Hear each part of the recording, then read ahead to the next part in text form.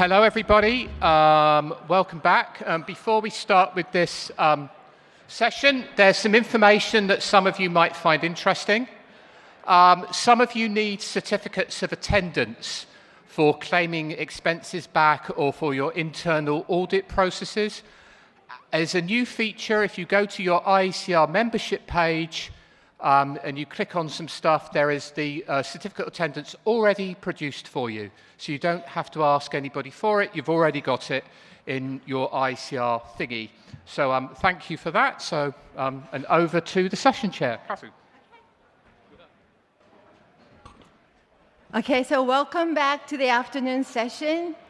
Hope everybody had enjoyed your lunch. So in the afternoon, we will have 2 consecutive sessions. First session is going to be about policy, and I'm very happy to have Jennifer talking about crypto wars. Thank you. Thank you. Yeah.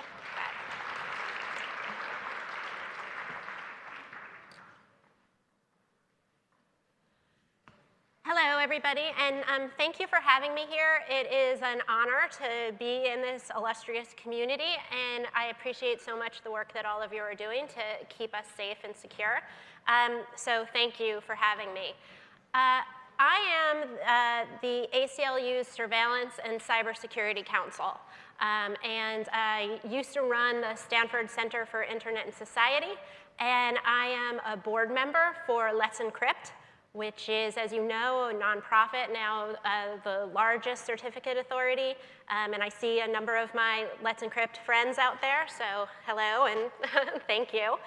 So this area is very important to me as a policy matter, and that is basically what my work at the ACLU entails. And I want to just sort of come out in the front and sort of state what my prejudices are. And even though I'm a lawyer, my prejudice is that I don't believe that the law alone can provide enough protection to ensure civil liberties, privacy, security, and human rights. I think that technology is required in order to achieve that goal, and that is, for me, the political or policy reason why I care so much about the crypto wars. So this is a pretty sophisticated audience, and I don't have that much time, and so I don't want to take too much time going over things that people already know. So I'm going to assume some knowledge on the part of this audience of the history of the crypto wars through the 90s, of the Apple versus FBI litigation, and I'm going to sort of focus specifically on today, and I'm going to focus specifically on the US policy debate. As a US lawyer, this is what I'm most familiar with, although if people are interested, I'm aiming to be able to take some questions towards the end. If people are interested, I can talk a little bit more about what's going on in some other countries other than the United States. So the cryptography policy debate in the United States today is quite different than it was 2 years ago. And I think 2 years ago, I felt pretty optimistic. After the Snowden revelations, we were seeing this very successful push on the part of companies providing communication services to individuals to encrypt their products, encrypt their networks. We saw Apple's victory in 2016 over the FBI's effort to force the company to create new software in order to be able to defeat iPhone security. Facebook turned on end-to-end on WhatsApp by default in 2016. And we're still seeing this progress in encryption. Facebook just announced that it's going to provide end-to-end encryption on its other messaging products, Instagram and Messenger. And Apple is still continuing to innovate with the iPhone, making it harder and harder to break in, even as forensic companies like Celebrate, are basically engaged in that kind of war, making it, to crack in. But despite these optimistic signs, I think today the conversation looks a lot different. We are a long way from the time in 2017 when the Australian Prime Minister declared to general ridicule that the laws of mathematics are very commendable, but the only law that applies in Australia is the law of Australia. And people laughed, rightly so, but today Australia has a law that gives its intelligence and law enforcement agencies the ability to present a technical capability notice which would require providers subject to that law to create a new interception capability if it's needed in order to conduct wiretapping. And we don't know exactly right now what this law really means. The regulations are still being negotiated and battled over and haven't really gone into effect yet. We don't know how the provision is going to be incorporated. But you know, Australia has this law, the UK has a law that has some similar properties, and these countries, particularly the Five Eyes countries, UK, US, Australia, New Zealand, and Canada, have gotten together and presented this kind of concerted, uniform effort to raise the law enforcement and intelligence problems with secure, strong encryption. Basically pointing out that these obstacles to law enforcement and counterterrorism that strong encryption brings are a real danger to the sovereignties of this state, to the state executing its public safety mission.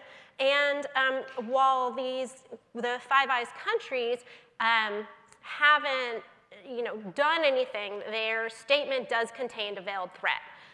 If the companies aren't going to do anything, should governments continue to encounter impediments to lawful access to information, it may be necessary that we pursue technological, enforcement, legislative, or other measures to achieve lawful access solutions. And so this is, basically a shot across the bow or a warning message to tech companies that provide secure encryption to individuals. And it comes at a time where these companies have never been under as much public scrutiny as they are now, and have never really suffered the kind of negative public relations that they are suffering now. So it comes at a time of particular policy weakness, I think, for the communications medium that so many of us use. Maybe not so many of us necessarily in this audience, but so many people around the world use. We may all be Signal or Wire users, but WhatsApp has a billion users. It's very impactful what ends up happening there. So I think you can see in the Five Eyes statement that there are a couple of unspoken assumptions in the statement that I want to just kind of pull out. And the main assumption in the statement is the assertion of the propriety of trust. The assumption is that these Western, English-speaking, common law countries have governments that can be trusted, that their access will be lawful, and that it will be proportionate, and that is for a public safety purpose. These are human rights respecting countries. They have actual surveillance laws that are meant to constrain the power of government. And so, when an agent of one of these governments comes forward with legal process, the unspoken assumption is that it's going to be for a legitimate reason. So I don't think that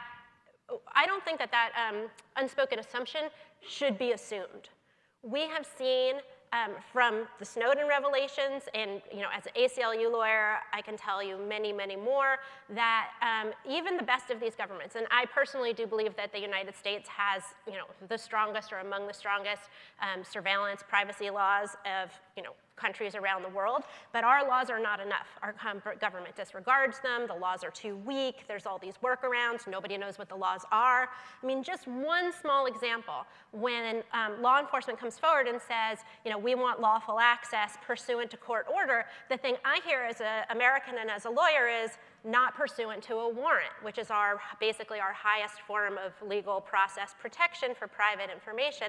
And I think they say that because we are in litigation in a number of cases. We've appeared as friend of the court in cases where the Department of Justice is arguing that email is not protected by a warrant requirement, that they're able to get email without getting a warrant first.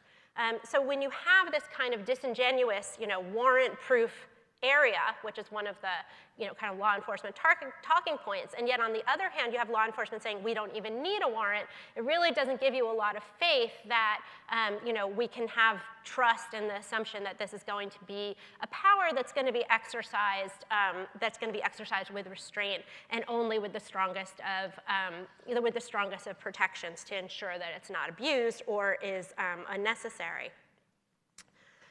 Nevertheless, domestically here, Attorney General Robert Barr has made this fight, the crypto fight, one of his signature issues for his tenure in the Department of Justice. And so he's really pushed it forward. But I just want to point out and make clear that Attorney General Barr does not represent or the views of the United States government more generally, and I think this is pretty obvious when you think about it, but worth saying as part of the policy debate. Different agencies inside the United States government feel very differently about the value of strong encryption depending upon where you work. So you can imagine the State Department is interested in human rights, the Commerce Department is interested in innovation and economic competition. You have agencies like the Federal Trade Commission, which are concerned about consumer privacy. And even within the Department of Homeland Security, you have an agency like the Cybersecurity and Infrastructure Security Agency, which has expressed the importance of encrypting sensitive data. But you have Immigration and Customs and the Secret Service that feels the need to have this information. The NSA itself has different equities than law enforcement agencies do because the NSA has different constraints than law enforcement does, and so these government agencies are not in lockstep. And I think it's important to be very aware of that, but from a public presentation, it certainly seems very much, because Barr has taken this front and center point, that this is a real push by this administration. That's something that he's putting a lot of time and his personal credibility on the line for. Now, the United States Senate seems even more strident and more bipartisanly united against strong end-to-end encryption than the executive branch. So just last month, there was a hearing about encryption before the Senate Intelligence Committee. And at the hearing, there were witnesses from Apple and from Facebook. They testified, and the senators were extremely critical on both sides of the aisle. They were not very forgiving of companies that implement strong encryption, and they were pretty strident about it. Senator Graham said to the company witnesses, basically, we're giving you a year, and you should either do it or we're going to do it for you. So just, was this thread of legislation. Senator Dianne Feinstein, my senator from California, said she's never been more exercised or, sort of committed to an issue as she is to this one. And Feinstein mentioned that she might bring back a bill that she had introduced in 2016 with Senator Burr that would basically outlaw unbreakable encryption and mandate that companies that provide encryption have to also be able to disclose plain text to law enforcement upon receipt of a court order. That bill went nowhere then. But as I said, I think times have really changed in terms of public perception of companies and this renewed government interest in trying to do something about the problem of law enforcement access to plain text. Obviously, this is not uniform. Some members of the House of Representatives have taken a different tack. Representative Zoe Lofgren, also my representative from my district in California, and a bipartisan set of House representatives introduced a bill that also went nowhere that would prohibit intelligence and law enforcement agencies from forcing companies to insert encryption backdoors into their products and services. As I said, that bill went nowhere. Congress is pretty dysfunctional. I think I can fairly say that. So to people who find the status quo more satisfying than what a legislated future can be, we have a little window of time here while Congress is just flailing about. But I don't think we can count on that to continue to be the status quo. Because I think some things have changed since 2 years ago. And in my view, those are three pretty important things. One is that in the discussion of strong encryption, there's been a shifting focus from counterterrorism to interdiction of child sexual abuse materials, or CSAM, which is the more inclusive term today for child pornography. So a shift to the concern with CSAM and with other kinds of online instances of child abuse, such as predators grooming children for abuse and for attacks. I think that the conversation, number two, has evolved into into bite-sized pieces that are easier for each one to chew.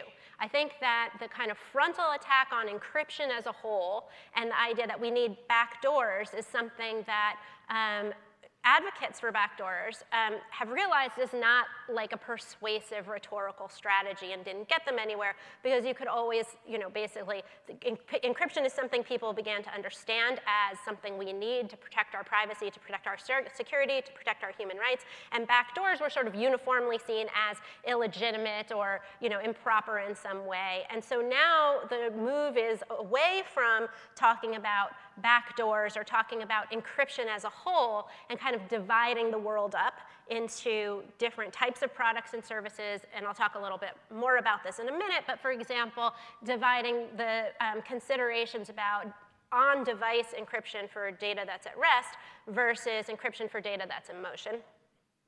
And then the third thing I think is different is that to some extent, there are a number of important government thinkers who are realizing that for the near future and maybe for forever, end-to-end encryption is here to stay. And so if that's true, what are we going to do about it? And there's been a more creative conversation going towards the idea of, okay, if we have end-to-end encryption and we don't have a reliable promise that we're always going to be able to access plain text, what else can we do to A, interdict abuse or crime online, and B, to investigate it after the fact if it happens? And I think this is a good thing. But I also think that we need to be very careful because these recommendations about how to manage online abuse and how to punish it may include other technologies that undermine communication security in other ways outside of breaking the encryption.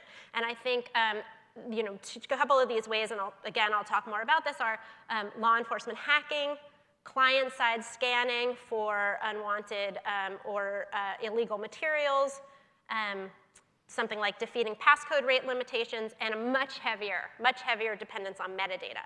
And I think that one of the things I want for people to take away from this talk is that, kind of contemporaneous with the end-to-end debate, which is still ongoing, and explaining why encryption is so important to people's lives, I think that security experts need to think more broadly about the risks and rewards of other ways of undermining communication security, and how these kind of alternatives or fail-safes for the end-to-end debate end up possibly being also very bad and very dangerous for civil liberties and for human rights. Not all of these solutions are actually going to be good for society.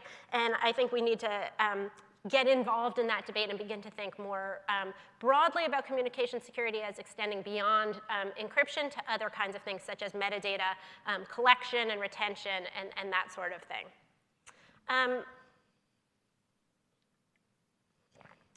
I just want to point out that, again, another thing that's different is that the United States is considering these issues across an international backdrop that's changing even more rapidly than the policy debate is here.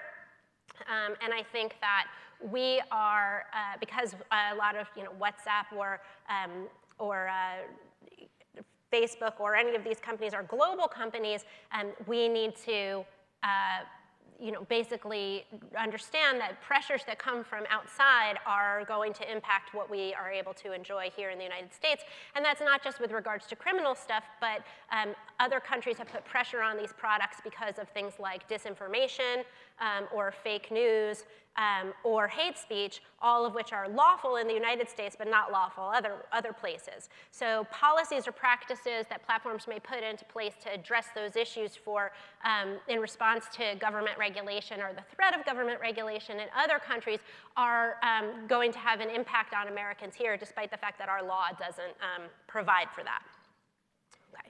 So I want to give a little bit of a background on the current state of United States law, just to give people kind of a sense of where we are. And in short, there is currently no law in the United States that requires design mandates or that requires weak encryption. But nevertheless, the Department of Justice and the FBI have sort of pushed the idea that, okay, let me be a little more specific, that requires weak encryption for software or internet platforms. It's a different story on the phone network. But technical assistance is nevertheless an issue that the DOJ and the FBI litigate under particular statutory provisions of US law, and usually in secret. The FBI brings cases, the Department of Justice brings cases in which it tries to force platforms to make changes to products that they have in order to be able to provide plain text. And this is based on statutory provisions in the Wiretap Act and also the All Writs Act, which, as you know, was an issue in the Apple versus FBI case. We, as the American public, or any public, don't know what these cases are because they're litigated in secret. We only find out when something is leaked. And right now, the ACLU has a lawsuit along with the Electronic Frontier Foundation, which is in the Ninth Circuit, where we are seeking to unseal a court opinion which decided that the FBI could not force Facebook to do something to alter its VoIP implementation over Facebook Messenger. But we don't know what the government was asking for. We don't know why the court ruled against it. We don't know what other cases this is happening in, and we don't know how often. So these things are being battled out. And so it's very hard to make responsible policy when we don't even have a sense of what's going on right now. Because forcing technical assistance is not working in every case, the Attorney General and law enforcement now have a few options. One is change the law to be more explicit that technical assistance is required, as the UK and Australia have done. The other is to sort of bring public pressure or moral suasion to the companies to try to voluntarily ensure that they can provide plain text upon request. And the third is to just accept the status quo and come up with other ways to meet law enforcement needs. And the answer that the government has found is sort of all of the above. We're going to try to do all of these. So let's talk specifically about how they're doing this. Okay. So one, I said there's been a change in focus from counterterrorism to CSAM. And I think that we found that that is actually a much more persuasive grounds to the public than terrorism was. At least here in the United States, terrorism is exceedingly rare here in the United States, whereas child sexual abuse is a huge problem. And there's been a whole series of New York Times articles about different kinds of child abuse online. If you're interested in this field, I really recommend you read those articles. I think it's very important to know where the sort of risks are for security. But I think that this has been a much more persuasive argument. And I'm not being purely cynical about this. I was a criminal defense attorney for many years. I've seen a lot of child pornography cases, and I believe that the internet has exacerbated the problem. But I also think some cynicism is warranted because we are not doing everything that we could do or as much as we could do to try to deal with the problem of sexual abuse for children.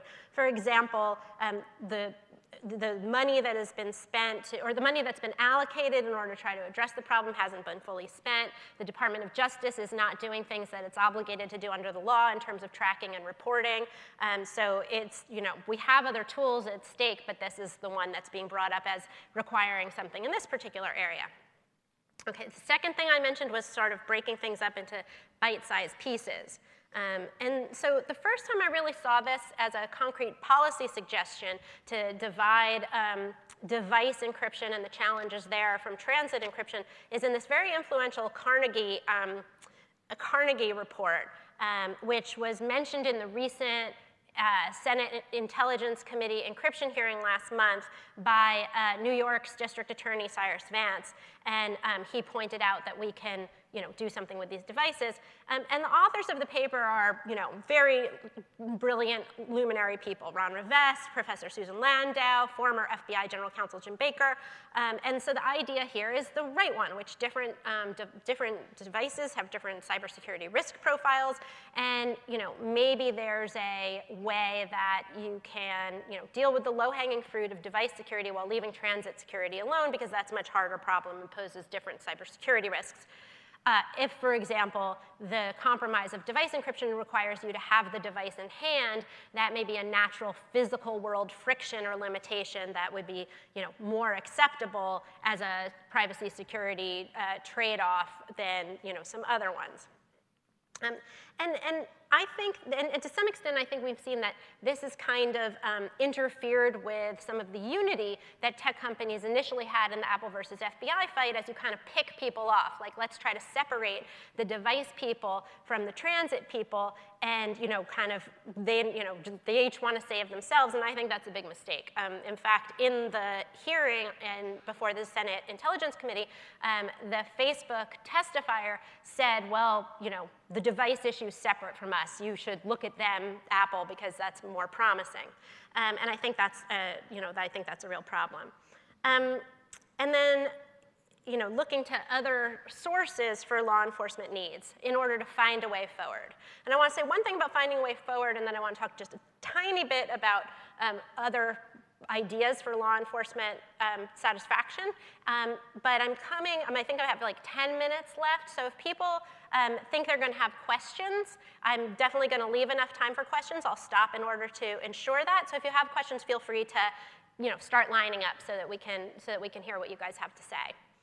The first thing about finding a way forward is, I think, we've seen a number of reports that seek to find a way forward. The Carnegie report I mentioned, there's a National Academy of Science report, there's an East-West Institute report, and all of these reports have brilliant, illustrious, thoughtful, well-meaning, just great people on them who are doing some very valuable and important intellectual work. But I think that all of these efforts have suffered from the same kind of underlying problem, which is twofold. One, the trust problem, which is that I don't think that we can trust the United States government to have only law as the protector of privacy and security. And they've tended to be very US-centric, so we're not taking into account trust problems that citizens have with other governments. And the second thing is the idea of what is it that we're trying to do? If the goal is to ensure reliable access to plain text, that's an assumption that that's the goal we should be seeking. But what I think is that technology has assured governments access to more information about us than has ever been available before. And technology has taken that privacy away from us. I think these reports have to hold at least equally or more so the question of what can we do to assure that information about us is not going to be used indiscriminately, abused, or directed towards human rights abuses or civil liberties deprivation. It's going to be used properly. If you ask the question a different way, you get totally different answers, and you get a whole different sense of what the risks and rewards are. Ultimately, I think these reports are difficult because they always come up with these very thoughtful questions, the answers to which nobody knows the answer to and are not forthcoming. There are, yes, if we knew that, that would be great, but we don't know. We don't know these risks.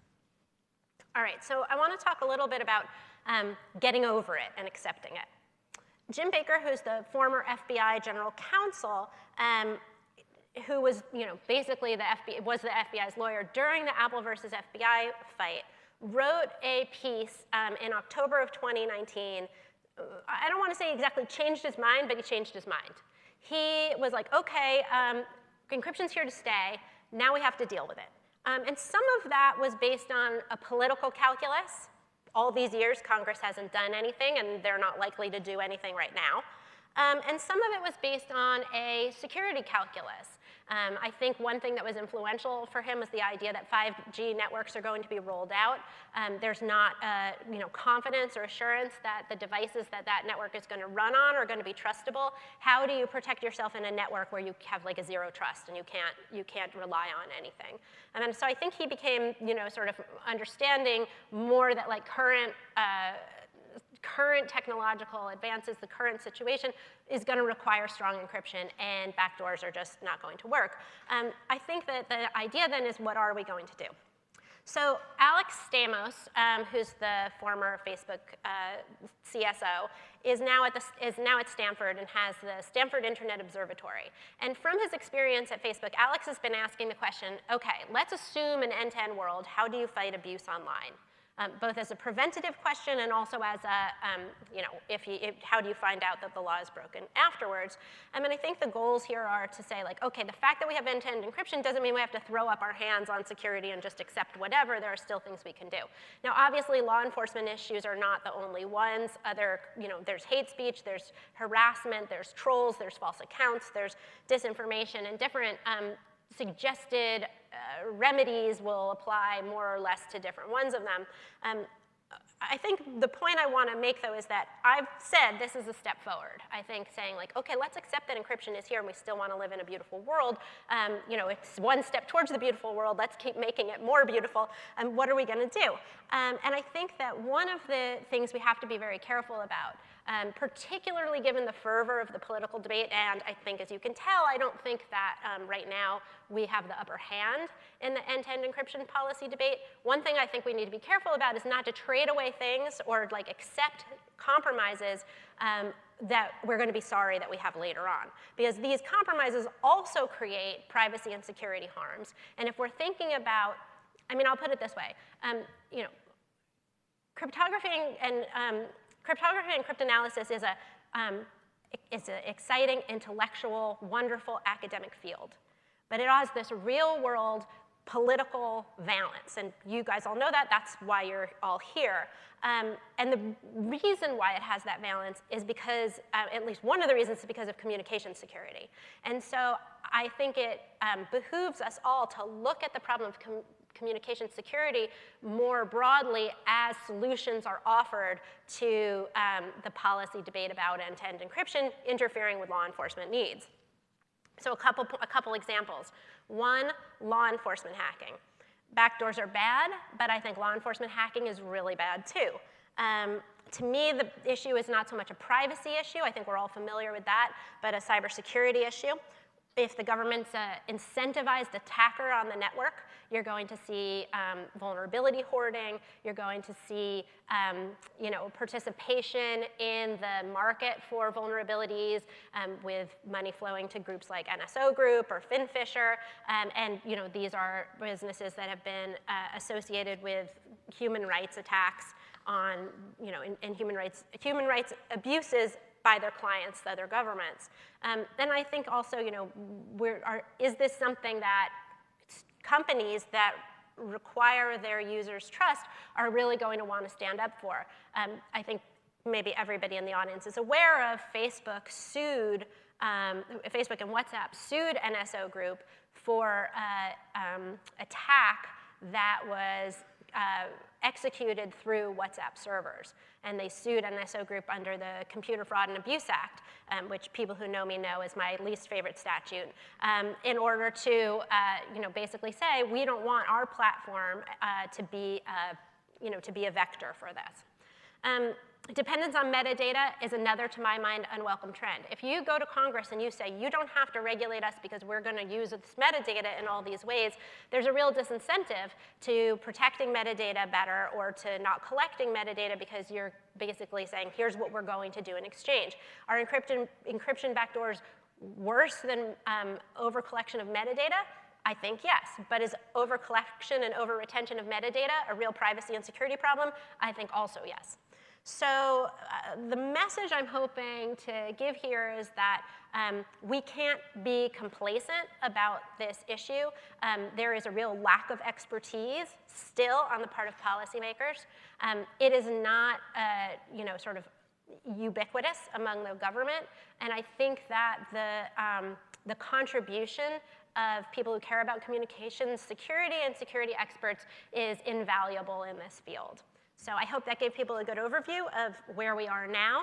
And thank you. And can I take one question? Is that right? OK, and we'll do some question now, so thank you. Can you speak to the issue of corporate asset use and corporate rights to knowing how the systems are being used? I believe that it's been so long since I've been involved. I had a corporate hat on and having to deal with the Email Privacy Act, which allowed corporations rightful access to all email use within inside the corporations. Can you speak to the issues in balancing the corporate right to knowing how their assets are being used versus the end-to-end encryption and the rest? Yeah, the way that's usually been resolved in the law is through notices or terms of service. Which for all their weaknesses have been the way that we've dealt with who has access to email. So on commercial platforms that are offered to the public, for example, Gmail, you click yes and it says we can scan your email for our business purposes or spam interdiction or for advertising or whatever. And those are the things that have been really upheld. In the employment context or even in like a university context, that's equally as true, maybe more so. And then the only question is there other protection that's applied, for example, from law enforcement access? And that protection is either if there is other protections, it's either in the Electronic Communications Privacy Act or ECPA. It may be in the Fourth Amendment, depending upon the circumstances. And there are some state laws now, like CalECPA in California, that also provide some additional protection. But I think that overall, what I would say is that your expectation of privacy vis-a-vis corporations is in the United States, not really anything. That may be changing as the GDPR in Europe kicks in and those more protective data privacy regulations are applied by global companies throughout all of their users. On the situation where law enforcement does not have enough access to plain text, as they phrase it, I am curious, in your circle of law professionals, folks who do policy, and involved in creating laws and these kinds of things, has homomorphic encryption ever come up as a possible step forward or a way to alleviate the problem? No, it hasn't. I don't think that people who are in the policy debate in particular have that level of sophistication. I think that the technological sophistication has sort of been at the level of let's incentivize/force companies to figure out how to do it, and however they do it, that's their problem. And haven't really talked about, well, we as the policymakers need to figure out the answer to that. Before we go to third and fourth question, can next speaker be prepared for the microphone, please? Okay, there's one. Okay, thank you. So given that the law alone is not sufficient to protect human rights, if we lose this policy battle, to what extent do you think we might need to use math and technology to try to subvert the law or to try to engage in civil disobedience and in order to protect a free society? Yeah, I think that's a great question. In particular, I've been thinking about that in connection with the Hong Kong protesters and the ways that they are looking to use communications technologies to organize or to defeat face recognition. And I think that technology has a long history of being used both for oppression and as a technology of resistance and empowerment. My colleague, John Callis, who I think many of you in this room may know, he works with me at the ACLU as a technologist, is currently working on a paper about exactly this issue, which is what are the technologies of resistance that help people protect their own civil liberties in a context where the law isn't doing that job. So I guess what I would say is check back in with me in a couple of months, and we'll have something great for people to look at then. Thank you. And then I think the last question. Oh, no, there is one on the top. Oh, I'm sorry. Okay, so I'm sorry. We'll go, who was first? Okay, the person in the top. Sorry, it's a little hard for me to see. No prejudice meant for your being up there. Thanks so much, especially for your kind of longer term view of all these issues. One question that I have is, how much do you see the current debate around end-to-end encryption being symptomatic of the current political climate and the current administration in the United States? And to what extent do maybe we just kind of like have to hold the line for maybe a couple years, maybe a couple more years, and if we can get past that, then we can kind of address all these longer term issues, and we might have kind of survived this recent iteration of this kind of multi-generational kind of war that's happening? Yeah, I think that's a great question. I don't think this is a problem of this administration. I mean, we saw this issue come up in the Obama administration. We saw it come up in the Bush administration. We saw it come up in the Clinton administration. And I think that it is a battle that will be ongoing. And unfortunately, and I think that's one of the reasons why I think we want to be very careful about how we hold the line here, because if you let the policy battle kind of chip away at little things, we're never going to win. It's not like, well, we'll give this away and we'll preserve this, because the Department of Justice will still be here caring about this stuff like 35 years later, and I'll be retired. So we need to expect that this is a continuous, ongoing policy battle, and be prepared for it personally, and also view it as something in the long run. So more than a couple years, I think you're going to have to hold on. Thank you. Yeah. Yes. Okay. And brief answer, please. Okay. Yeah, thank you for your talk. So I read the New York Times pieces. They were extremely difficult. It's something I think a lot about as a technologist who designs cryptography systems. And I guess I sort of have the opposite question, which is, in our community, we have a lot of discussions about holding the line and making sure we don't compromise and making sure that we have secure systems. But I guess I also wanted to ask, like, how can we listen to people who have problems, to people who have been trafficked online, and how can we do things on our end without compromising just general privacy? Yeah, I think that's a great question.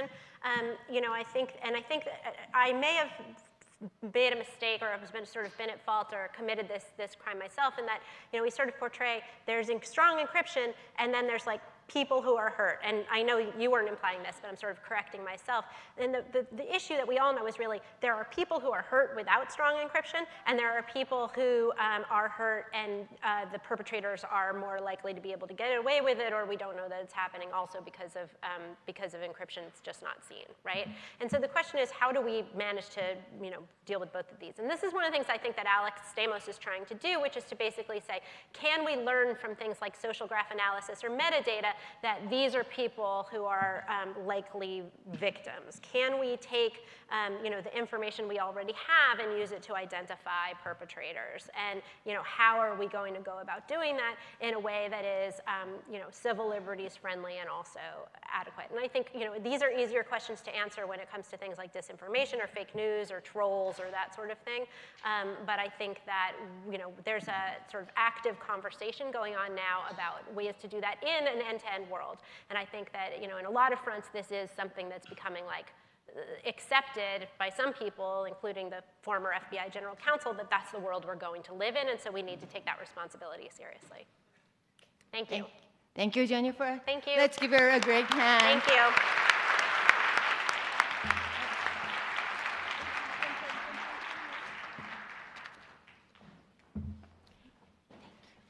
That was a great discussion.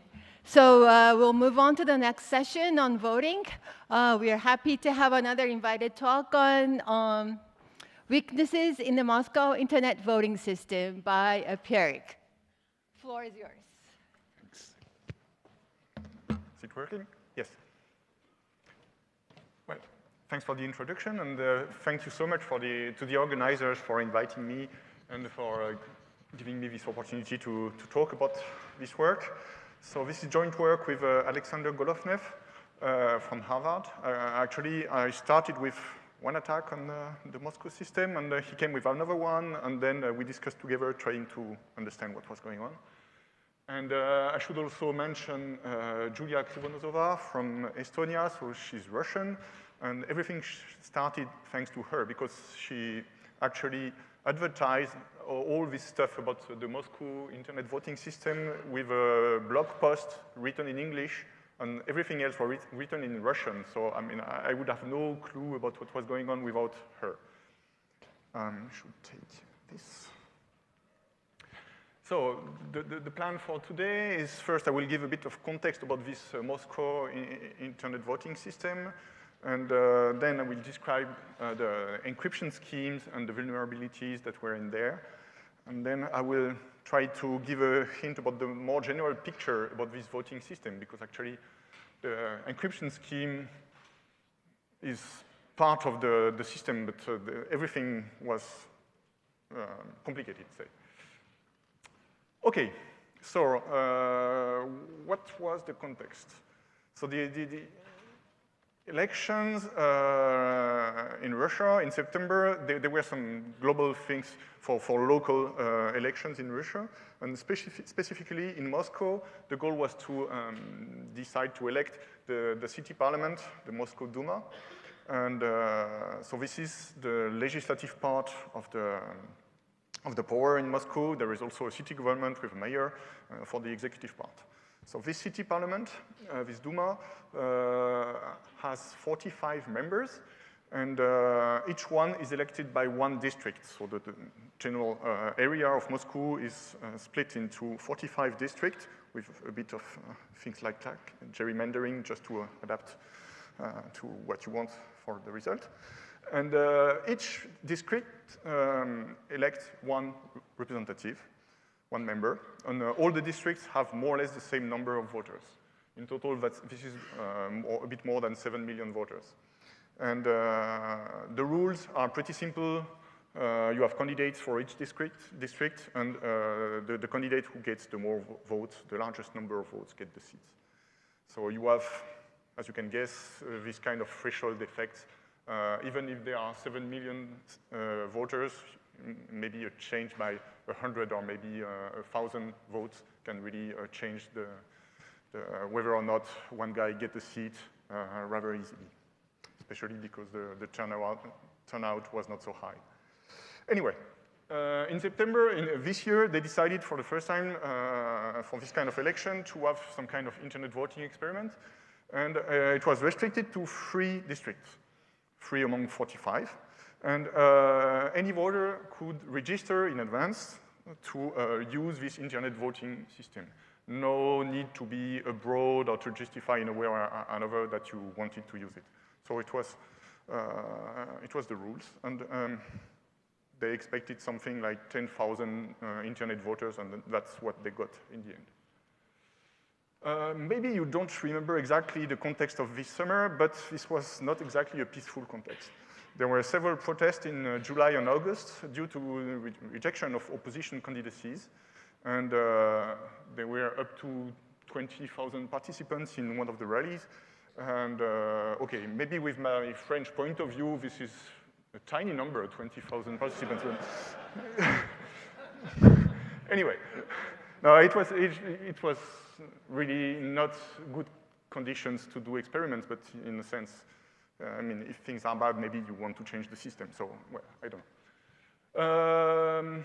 Enough with politics, and going back to the technicalities. So, there were some public testing that was organized with a bounty program of up to 2 million rubles. So this is about $30,000. And the source code was made public. I mean, part of the source code. Only some of the source code that was run here and there. We didn't have anything about the infrastructure. And various scenarios of attack were proposed with some document called formaloffer.pdf. But actually, don't trust this name. Everything was written in Russian, so it was actually not so easy to really understand what was going on.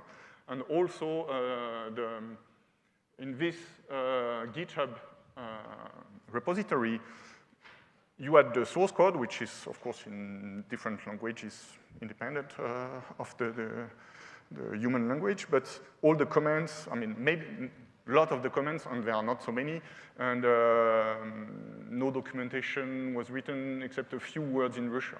So yeah, I think this is the main difficulty. It was the main difficulty. There was no specification, no documentation, just part of the source code. And this testing was not really part of a formal certification process. It was not said like, if there is this kind of attack or blah, blah, blah, maybe we stop, or, I mean, it was kind of, oh, let's organize this and we'll see what comes out. And in the end, they decided anyway that, I think from the beginning, they had decided that they would run the election on the experiment, whatever the output was. Okay, so the timeline for this summer. So as you can see, the code publication was done 17th of July for an election which was less than 2 months later. This is incredibly short. And furthermore, it was announced in Russian. And so Julia Krivonosova wrote a blog post pretty shortly thereafter, and it was advertised to the academic e-voting community. And, but well, somehow it took some time for me or for others to really realize that there was something there. And furthermore, I was on vacation. So it took me some time, but when I came back, I had a look at the code, and then, oh, there was some attack. So I published them. I mean, of course, I told the Moscow people, but also I wanted really to be sure that they would do something. So a few days after, I released the thing on archive so that they could really, they had to change something. And they did. They did the first update a few weeks later, 2 weeks later, I'd say, a bit in a rush. And then a few days thereafter, Alexander Golovnev found another attack on this new version. And then it was getting pretty close to the D-Day. They did some last tests, last public test. And they finally updated the public code 2 days before. Okay. So what were these attacks? The encryption scheme in this system is based on El-Gamal. So that's a very classical encryption scheme. I recall it more or less for the notations, and because they implemented a variant of it, so I need some notation to explain the variant. So they use Z over PZ with safe primes, and I use G for the notation of the generator, SK, PK for the public key, secret key, and then the El-Gamal encryption is just you consider this public key as some kind of first half of a Diffie-Hellman, you do the second half yourself, and then you use this shared key to one-time pad your message, which is supposed to be in the group. And of course, in your part, you need to do it properly with a proper random to be used only once, blah, blah, blah. The decryption is then, undoing all these things, rather easy. If done correctly, and there are many ways to do it badly, this gives you in CPA security, which is of course not enough. But in many e-voting systems, we actually use El-Gamal still with some extra stuff to get more than in CPA, like in CCA. Here they didn't. But this is, oops, this is not the main problem. Wait. Why did it go so fast? So what they used inside was not a plain El-Gamal. They used a triple El-Gamal that I had never heard before, and for a good reason, because so here is how it goes. You have 3 primes, P1, P2, P3, all of them being safe primes. And you use 3 independent El-Gamal setting with G1, G2, G3, 3 generators. And then the secret key is the triple of 3 secret keys, 1 for each group. And public keys are the corresponding keys. And when you want to encrypt a message, so the message is supposed to be in the first group, Z over P1Z. Then you do first El-Gamal encryption of this message AIM. You get A1, B1. Pair of a classical pair of encrypted message in the El-Gamal setting. You map the first element A1 to the second group, so that you can encrypt this first element with the second group parameters. Then you do it again with the third group. So this is kind of chaining You have your message, encrypt once, encrypt twice, encrypt a third time. And then, of course, since this ElGamal encrypted message are pairs of elements, you need to actually send also the BI part. So what you get as the encryption of a message is B1, B2, B3, and the A3. Here, I didn't say how to map an element of Z over P1Z into Z over P2Z, because actually there is no natural map. What they do is that they lift to Z, to the integer, and then they reduce mod P2 back. This is all implicit in the source code. Of course, there is no proper description of that. All the maps are implicit because they didn't use any abstract proper group setting in their implementation. This is all big integers, so you don't really see these maps. And decryption is just natural. You just do it in the other way around. And of course, you need this inequality P1, P2, P1 less than P2 less than P3, so that during all this mapping, you don't lose information. But yes, this works. So this condition, P1 less than P2 less than P3, is indeed enforced in the source code, but without explanation. As for security, that's interesting.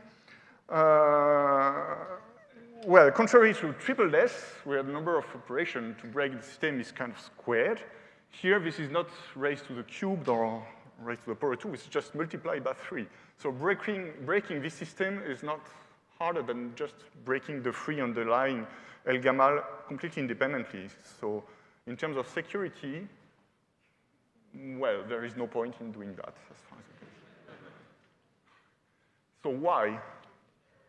So we didn't get the final answer. Of course, I asked, and asked many questions to the Russian, but I speculated.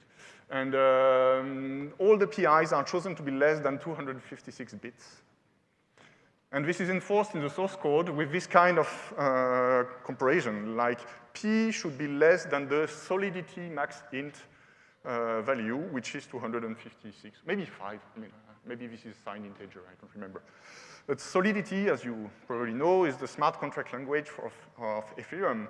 And in the code, there is indeed a decryption function written in this language. So there is some kind of smart contract doing the decryption.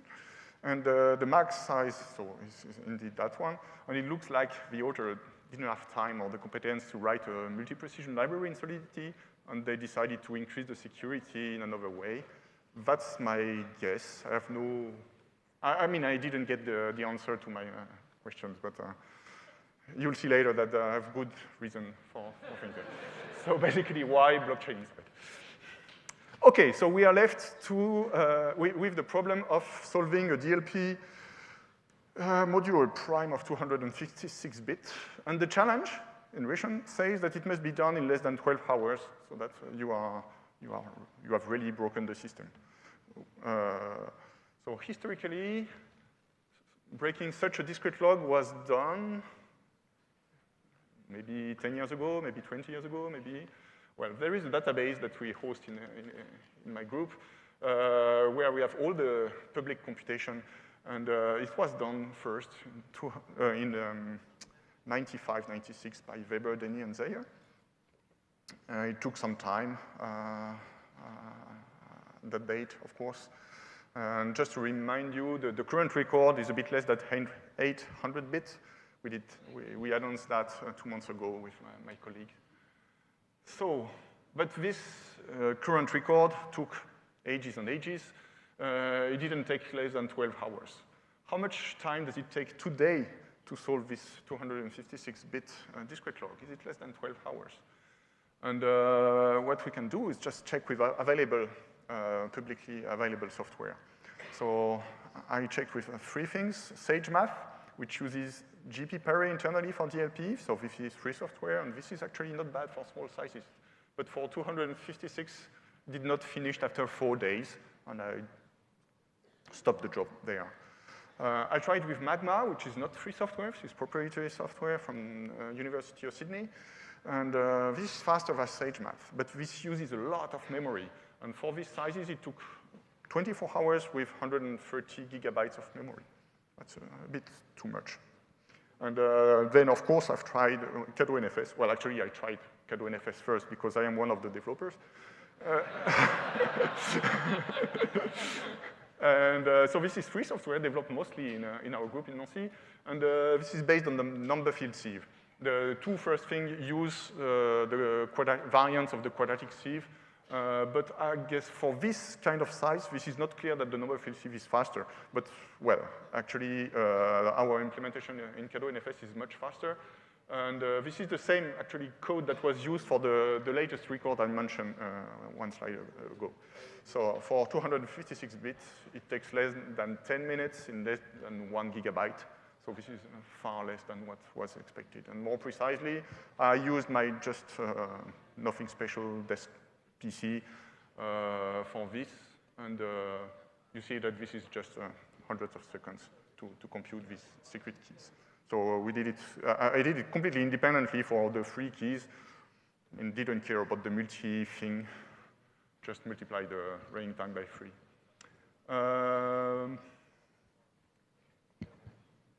Nothing, well, maybe I can skip this, but I wanted to mention that for this kind of small sizes, actually, our software was not so much thoroughly tested.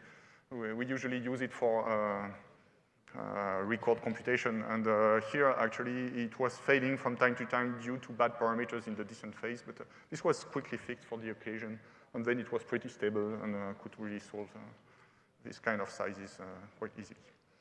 So they fix it, and so the first fix, first of all, they removed the triple Elgamal encryption, they increased the key size to 1024 bits, and they changed the protocol so that decryption was no longer part of the smart contract, so they didn't have to implement this multi-precision in the Solidity language. That's why I really think that this was the reason, because there were no other reason at that, I mean, so close to the real election to change the protocol. I mean, it's dangerous to change the protocol, even if it's done months before, but here it was only days before the D-Day. So really, for me, this is the kind of confirmation that this limit in Solidity was the reason why they have this triple Elgamal and these short keys. And last thing they did is that they took generators in the prime order subgroup, because actually, that was also one thing they did bad in the first version. They took generators for the full subgroup, for the full Z over PZ star group, and so they were potentially leaking 1 bit due to subgroup attacks. And so they fixed that. So I mentioned that in my first note, and they fixed that.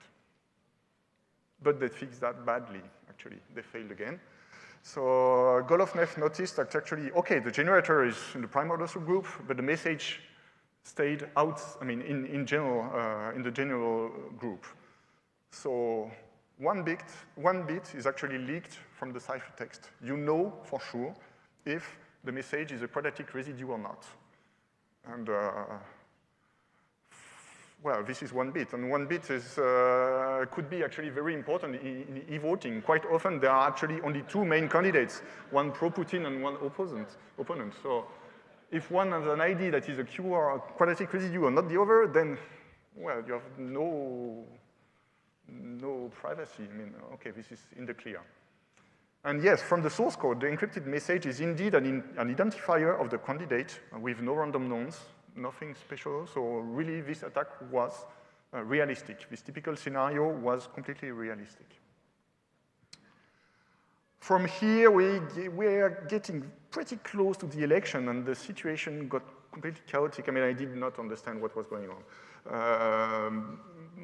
Many things were happening via the press, via interviews, everything in Russian, and I did not really follow everything. So my co-author was understanding at that point much better than me what was going on. And the developers seemed actually to deny that this second attack was a real one.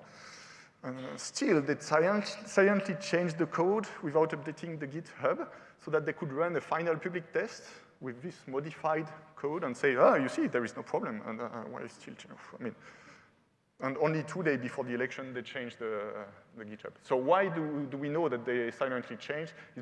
It's because during the public test, Of course, they have to send the JavaScript to the voters so that they can encrypt. And from this, I mean, reading this JavaScript, we could really see the patch that they did. And this was minified, but this was not obfuscated, so it was not too hard to really understand what was going on. Okay, so this was the story with the encryption scheme. In the end, I guess they had something that was reasonable in terms of encryption, still only in CPA, but well, depends on how it's put in the general protocol. And actually, talking about the protocol, it was pretty difficult to understand how this protocol was going on, because the source code was not about the protocol. It was pieces here and there. We didn't have the whole picture. And so everything is done based, everything that follows is based on speculations, discussions, press articles, source code, everything, and something like that. And my general impression is that the whole protocol is really, really bad. As far as I understand, there is no privacy. Verifiability, a bit, with, they use blockchain and for that purpose, so that actually you put your vote in some public ledger, and then you can check that this is really there during the tally. In terms of coercion resistance or vote buying, there was nothing. And it's a big issue in such a context where there is tension. So my conclusion is that actually this encryption being fixed is just like having a very strong door, but the house is really, really open. So what did we get about the protocol? The registration authentication part of this protocol was based on existing infrastructure for the administration in Russia, and nothing specific to this election, and I couldn't really get any hint about how it was going, but this is not specific to the election, so let's assume it's okay. The voting part. So the voter connects to the server, gets the JavaScript from it. Then the choice is encrypted locally in the browser or the smartphone with the key of the election and sent back. So this is where this encryption that was completely flawed at the beginning got involved. Then you have the ballot box, and the server received the encrypted ballot, and it puts it in the ballot box, which is basically some kind of Ethereum blockchain. And with no reference to the voter, and to try to make this no reference to the voter more a reality, this is a bit randomized in terms of time. I mean, the server would wait to have dozens of ballots, and then randomize a bit, and then send them to the blockchain a bit later in a different order. And at the end of the election, the trustees who own the decryption key, and they use secret Shamir for Shamir secret sharing for that, and they decrypt the ballots and put them in the blockchain as well. But somehow they also publish the decryption key.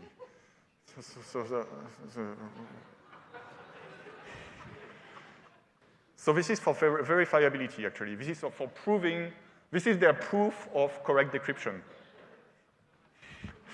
I discussed about them, and they say, oh yeah, zero knowledge would be nice. Yeah. But actually, I mean, in fact, for the designers, this encryption is here only to protect against revealing the partial tally during the election day. It's not there for the privacy. I mean, I realized that only late, because without the specification, it's not so easy to realize that encryption is just for almost nothing. So the privacy is guaranteed by the server. The server is honest and will cut any link between the ballot and the voters. So the voters connects, authenticate, and the server checks that he is allowed to vote, blah, blah, blah. And then you receive the ballot, and then the server should forget everything and put the ballot in the ballot box. So if you want a bit of redundancy, if you want a bit of, I mean, if you have databases everywhere and backups. I mean, it's almost impossible to have this kind of cutting the link. But well, that's what they had in mind. And that's why also this limit of 12 hours for breaking the system was there. It was because actually 12 hours was the time before, okay, we are going to decrypt and reveal the private key anyway. So this was the reason. And took some time to understand that. Okay, further remarks about the general system, the blockchain. So first of all, I have no idea why they wanted to have the decryption made in the smart contract in the beginning. I mean, it was probably, oh, okay, because we can. Well, but in the end, it had bad consequences. More of a problem, the blockchain was a private one. So just run by several nodes that were not publicly known, and no guarantee that they are really independent. So actually, from my point of view, that it provides no guarantee whatsoever. And during the election, the voters could query the blockchain, but via a web server. So I don't know. I mean, my impression is that it was just for the general theater that they had this blockchain. And second remark is that the interaction with the Moscow Department of Information Technology, the people who designed, developed, and deployed this system, it was very frustrating. They were very nice and polite and everything, but they answered only to some of my technical questions, only those that were not embarrassing. So I asked several times, can I get some documentation, specification? What do you assume in terms of security? What are your trust assumption? Do you trust the server? Do you care about coercion resistance?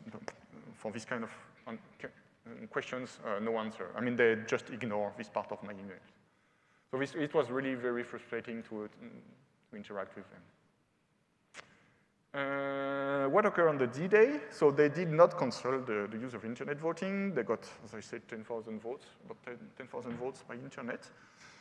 And in one of the 3 districts, the difference between the first and the second candidate was less than 100 votes.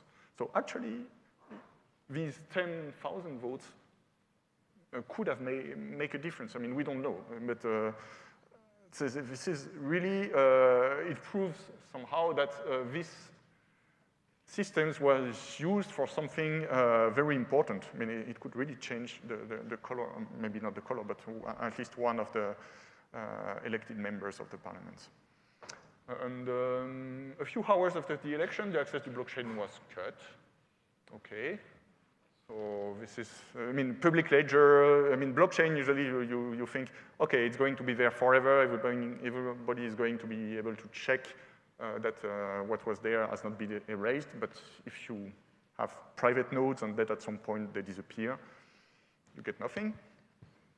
But fortunately, journalists of the Medusa online newspaper, so this is a newspaper that is exiled in Riga, and they made a copy of the blockchain before the shutdown, and they got all the ballots and all on the decryption key, and they made that public. So, and one of the journalists, who was also a voter, managed to keep track of his network communication during the voting, and could indeed check that his ballot was really in the blockchain and was taken into account. So there is some kind of verifiability. One people with a lot of skills could really follow his votes, which is not so bad. I mean, I'm joking, but in France we don't have that. So as a conclusion, what was the impact? I guess our impact was not really fixing the encryption. I mean, the whole system was a big mess, and in the end, the encryption was not really for privacy, it seems. But what we showed was that it was not the perfect skin that was advertised at the time. I mean, oh yeah, with the blockchain, this is wonderful. E-voting is going to be perfect. It will solve our problem. No, it's not like that. And we got large press coverage, especially in Russian. I didn't understand everything, but well, what I got is that Medusa people, these are really, really good. These are good journalists, and they know about what they are talking about in terms of techniques. They are really, really good. And Moscow had to acknowledge the problems, and my hope is that some of the voters decided based on that not to use the internet voting system, but use traditional voting.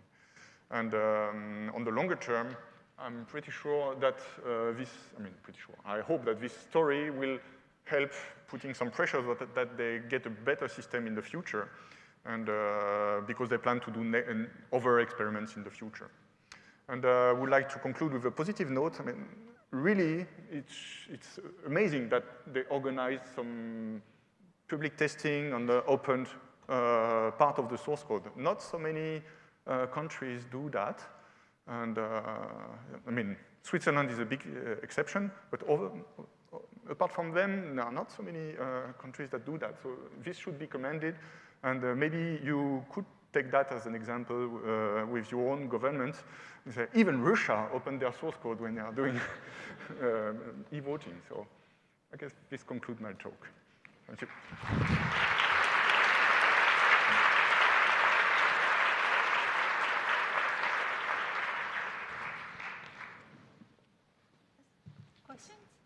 Thank you for a great talk. Thanks. There are opinions I heard even here in the US that for a bit better security of voting, if you do it on a large scale, some parts, not everything, but some parts maybe should be still done using some physical things like cards, like bulletins, well, not everything, but just a bit to prevent certain sort of manipulation. Do you kind of support this approach? And if yes, which part would you make a bit less digital? Yeah, okay. I've heard about this position, especially in the US. But in the US, they use voting machine. And then this is really, I mean, I think it really makes sense to have also the voting machine giving you some kind of paper receipt so that you can have risk limiting audits and this kind of stuff. So this is really good. I really support this opinion in the case of voting machine. For internet voting, how do you get pieces of paper? So for instance, in Switzerland, they receive some piece of paper, for some voting materials by the post. So then you have some trust assumption of the on the postal system, but yes, why not? And a more general answer is that I don't think internet voting is ready for deployment for a very high-stake election, especially if you want to combine coercion resistance, verifiability, and all the properties that you would like to have. We are not yet fully ready. So yeah, this is some kind of answer. Yeah. How did they determine that the votes that were cast by people who were allowed to vote?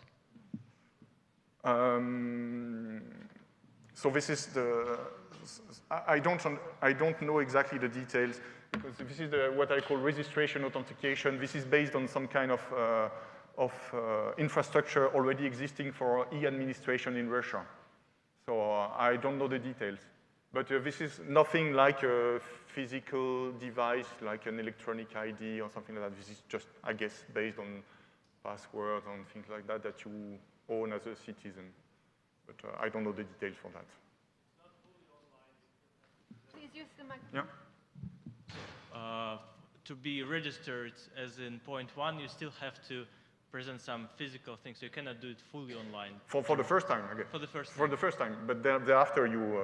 After you can proceed as you Yeah. I've got two questions, but feel free to only take one of them. The first one is there a good open source e-voting system anywhere? That was interesting. And then the second point was just to pick up on your comment just now, which was to say that you don't think internet voting is ready. I'd be interested to hear why you think that. Okay. For the first question, I guess it depends on your scenario. It depends on your context. If you want to have, if you don't care about coercion resistance, for instance, then there are systems. And my favorite one is one that was developed for the Geneva canton in Switzerland. It has never been deployed, but the source code is there, is available. You have plenty of documentation, a huge security analysis, and this is a very good one. But in Switzerland, they don't care about coercion resistance. So, and I guess the reason why this answers the second part of your question, in many cases, you also want coercion resistance, and if you want to combine coercion resistance with all the other properties, then this is really, really hard and usually not practical. For the layman, it will be completely impossible to understand what's going on. That's my current understanding of the state of the art. Let's thank the speaker. Thank you very much.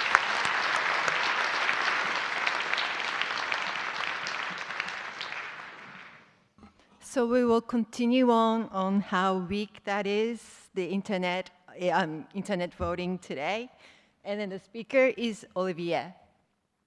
Thank you.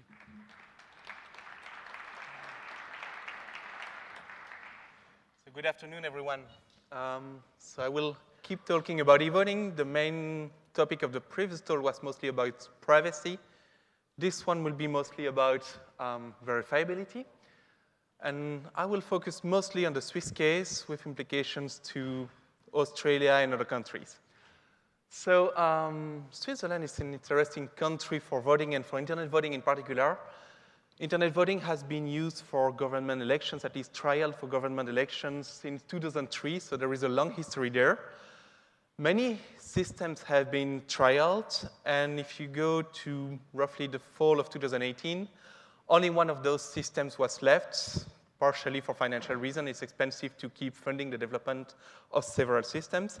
And that system was SVote, which was commercialized by Swiss Post and developed by Scytl. During the fall of 2018, Swiss Post decided to enter a new certification process that would authorize using a new version of SVote, SVote version 2, by up to 100% of the voters in Switzerland.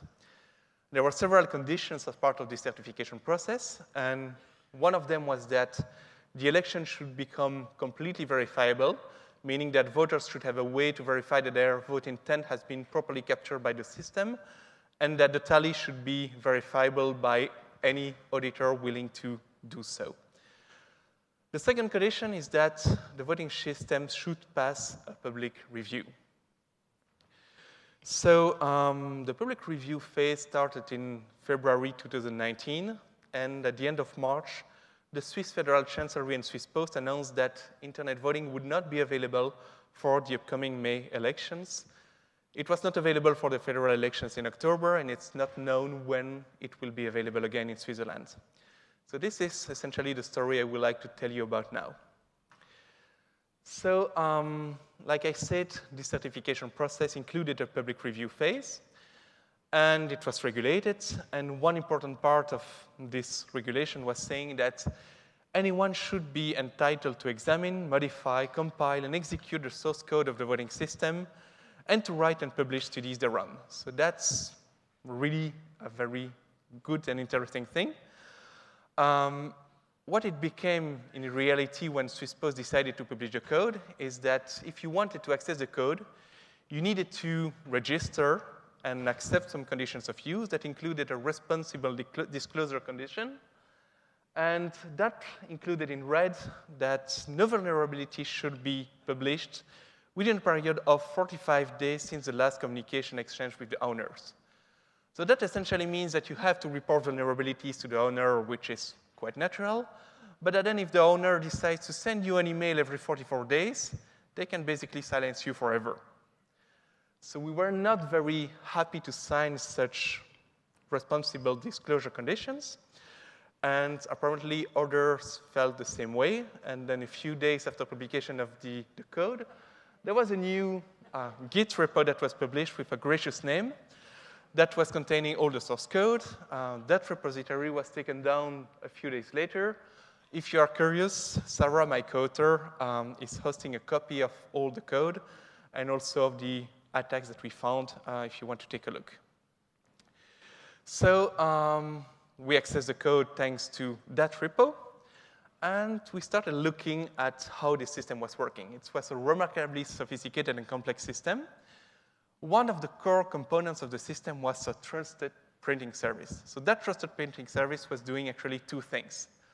The first is essentially what the name is saying. It prints paper ballots. So those paper ballots contained really a lot of things. And in particular for this talk, each paper ballot contains one unique key, K, that is printed there, just an AES key. And then it also contains, for every possible choice that you can make on the ballot, one return code. So the return code is just a random number, 3, 4 digits. And again, it's picked just as random for each ballot and for each possible choice that you can make on the ballot. So the voter receives this paper ballot, and then on election day, they can vote just using the internet. They would just connect to a web service hosted by Swiss Post. They would make their choice just by clicking on the candidates they would like to support, so just completely natural interface, which means that the voting client needs to be completely trusted for privacy. If the voting client is compromised, well, the computer sees exactly where the voter is clicking. The voting client knows where knows the vote. So the voting client is trusted for privacy. The goal of the system is to make sure that the voting client doesn't need to be trusted for correctness. So we want to make sure that if the voting client is corrupted and when I click for A, it actually encrypts a vote for B, I have a way of seeing that. So this is the second job of the trusted printing service, to make sure that this will not happen. And the trusted printing service produces a big pile of ciphertext here on the right. So those ciphertexts are computed as follows. For each individual paper ballot, the trusted printing service will take the key that is printed there, derive a new symmetric key from each of the possible answers, so FK of no, FK of yes, and use that key to encrypt the return code that is associated to the choice on the ballot. And then the last thing that the printing service will do is shuffle off those ciphertexts. So at some point in the election, the server will decrypt some of those ciphertexts. And the goal is to make sure that when you decrypt one of the ciphertexts, you do not know to which choice the ciphertext corresponds because, well, the ordering is broken. So what the voting client does is when the voter votes, let's say for a yes, it encrypts a yes. And it also encrypts FK of yes. So the voter will also enter the key, but not the return codes into the voting client, so that the voting client can compute FK of yes. And those two ciphertexts are sent to the server. So now there is a distributed decryption process that will happen on the second ciphertext only. So the server will learn FK of yes. That's a key. Doesn't know which ciphertext can be decrypted from that. So it will just try to decrypt all the ciphertexts here until one decryption succeeds. So it will obtain 472, send 472 back to the voter, and the voter will check on the paper ballot that this is the right number. And this is expected to guarantee that the voting client did not cheat.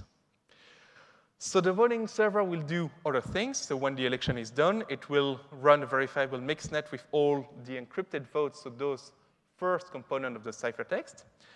And it will perform also this, in a distributed way, decryption of the mixed ballots to obtain the election tally.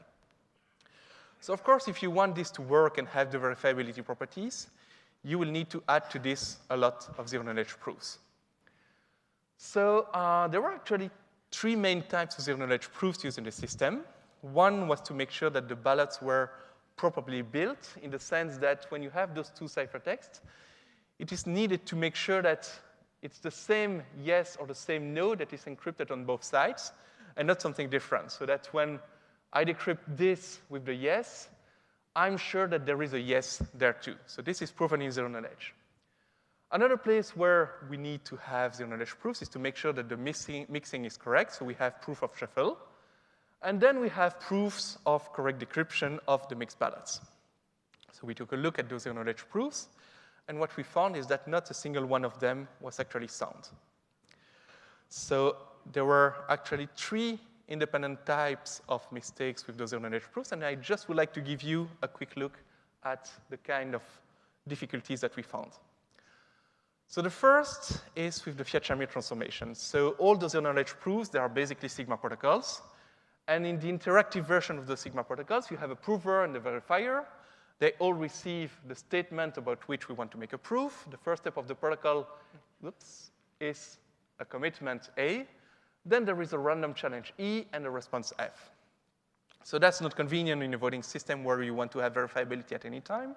So we want to make those proofs non-interactive, and the traditional solution is to use the Fiat-Shamir transform. So the idea is to remove the interaction where you send the commitment and receive the challenge, and instead send a query to a random oracle with this commitment, get the challenge, and then you can send to the verifier the proof in just one single pass. So that's all good, except that in this voting system, you have a slightly different setting. The prover and the verifier, they do not receive a statement in advance. It's really the prover who builds the ciphertext who can choose the statement about which he wants to make the proof. So there is no S coming to P and V. There is a prover who picks the statements and sends the statement together with the proof to the verifier. And that small change is just enough to completely break the security proof and to have zero-knowledge proofs that are not sound anymore. So basically, it's easy to fix because you just need to send the statements with A to the random oracle, and then you have security again. But actually, that's exactly what is here, what was done in this SVOTE protocol. So that was enough to essentially break all the proofs. It breaks individual verifiability because now we cannot trust anymore the proof that when you send those two ciphertexts, they really have a consistent encryption. You have 2 yeses or 2 no. It also breaks universal verifiability because now when you decrypt a ciphertext, you can claim that the ciphertext decrypts to anything you like and make a proof that you made a correct decryption even if you did not. So that's really a bad thing. So it's easy to fix. The problem is that it's not the only problem. Second problem, remember that in those Sigma protocols, the first step is sending a commitment. And one traditional solution for making those commitments is to use Pedersen commitments. So Pedersen commitments, that's how they look. You have G to the S times H to the M. That's the message to which you want to commit. S is a random number. So this is supposed to be perfectly hiding if you have a random S. It is only binding if the discrete logarithm of H in base G is unknown. So of course, you need the commitment to be binding. Otherwise, the soundness of all your zero-knowledge proofs collapses again. So we looked in the documentation in the voting system on how do we pick the G and the S, the H, and we found that in order to select the H, well, you basically pick a random exponent R, and then you compute H to be G to the R, which is exactly the discrete log that you are not supposed to know. So basically, the recommendation of the system is just start by picking the trapdoor that you need if you want to cheat, and then run the system, and people will have to trust you that you do not use a trapdoor that you had to use in the first place. So basically, that, again, made it possible to cheat with the zero-knowledge proof, and in particular, in the verifiable mixnet, we could just change as many votes as we wanted during the shuffling process and prove that the shuffle was honest, even though it wasn't. So these were essentially cryptographic issues with the proofs, but there were more. And actually, even if you fix all the cryptographic things in your proof, if you're not proving the right statement, you are still in trouble. So remember, I said that we needed to prove when we prepare a vote that we encrypt the vote, and then we encrypt the key that can be used to decrypt the return code associated to this vote. So of course, in a ballot, typically, you will have more than one choice to express, so you will have many pairs of such ballots, and you would expect that you would have just one zero-knowledge proof for each such pair. The thing is that in the system, they do not prove that. They decided to prove that instead, the product of the votes matches the product of the keys, which is, of course, much weaker because, well, product is commutative. You can have divisors that float between components. Basically, you don't know what to do with that. So we started looking at how we could use this. Basically, it means that we can, again, make proofs for statements that are just completely wrong.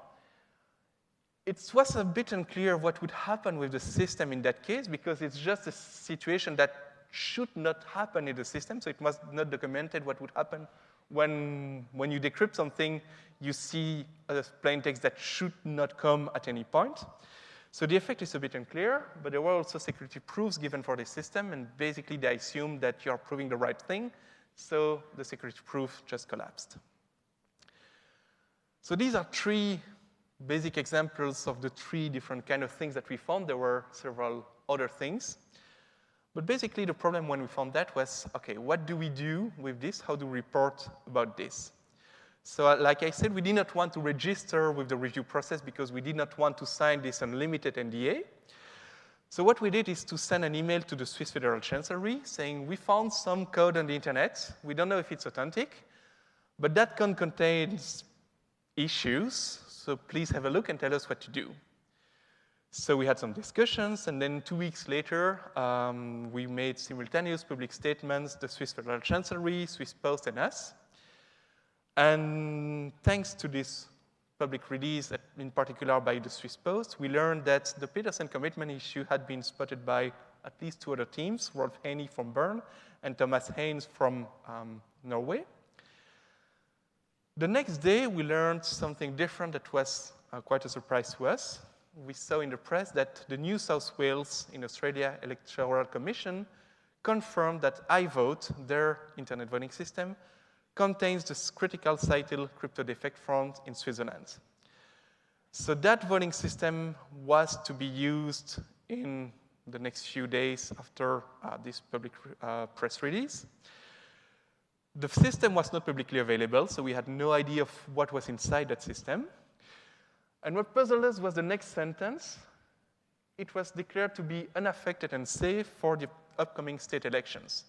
So we could not understand how you could be affected by this kind of critical crypto defect and still be completely safe for the upcoming state elections. So as it turns out, despite the fact that they were unaffected, they still patched their system and started running the election. So yeah, that was Australia. So we kept reporting more attacks as we found them.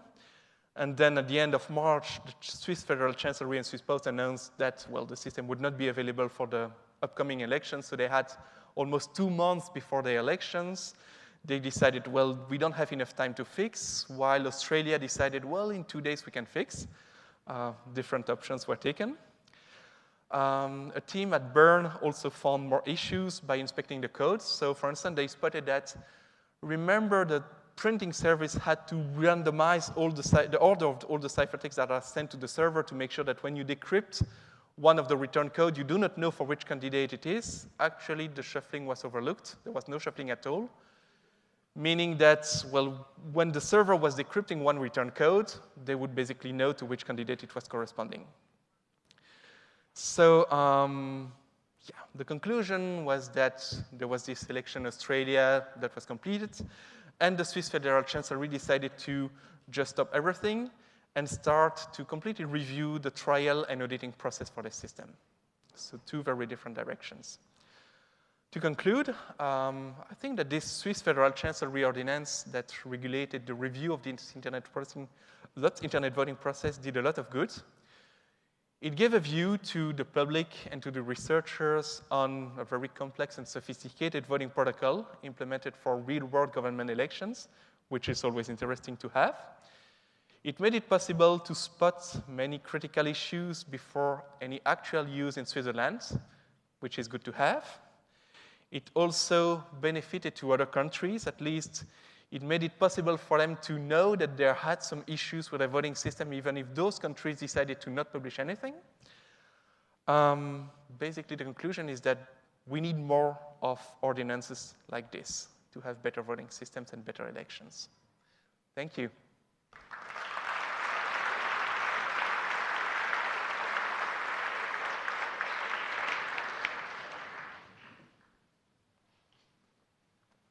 Questions?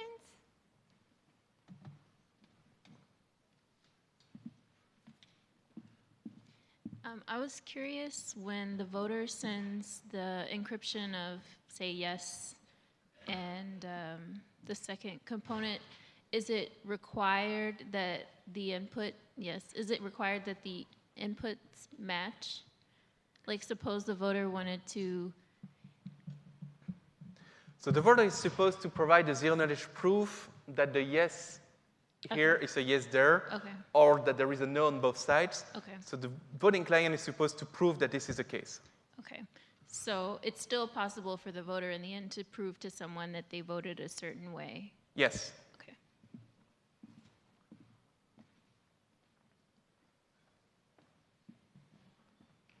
other questions?